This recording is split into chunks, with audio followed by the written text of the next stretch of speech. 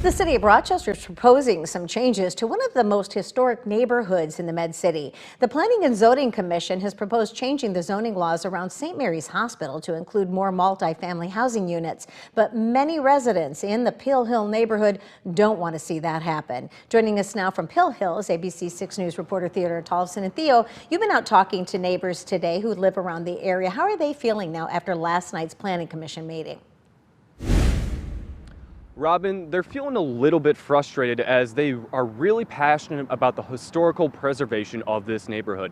And they let the Planning and Zoning Commission know that, and they felt that they were heard very considerate by them.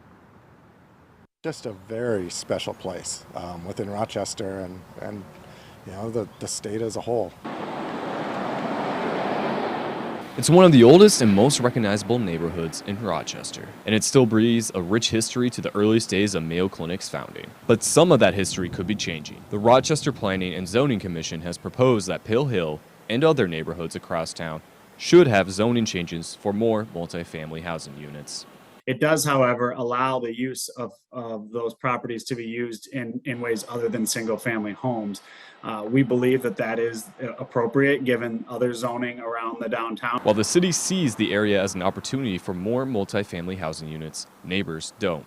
Seth Behrends and Carrie Anderson have lived on Pill Hill for 10 years. It's been the perfect spot to walk to their jobs and bring their daughter to St. Mary's Park. They attended Wednesday night's meeting with several neighbors to express their concern.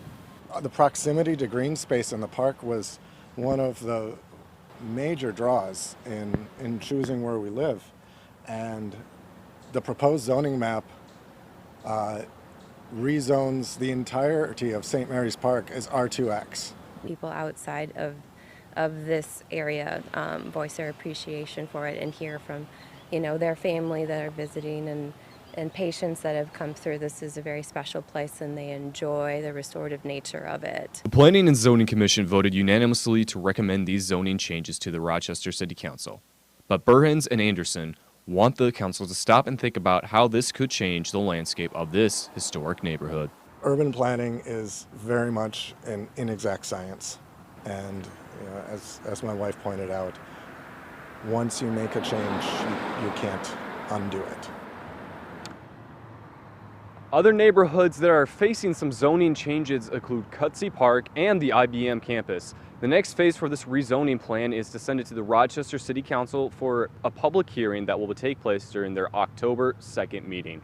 Live in Rochester, Theodore Tollefson, ABC 6 News.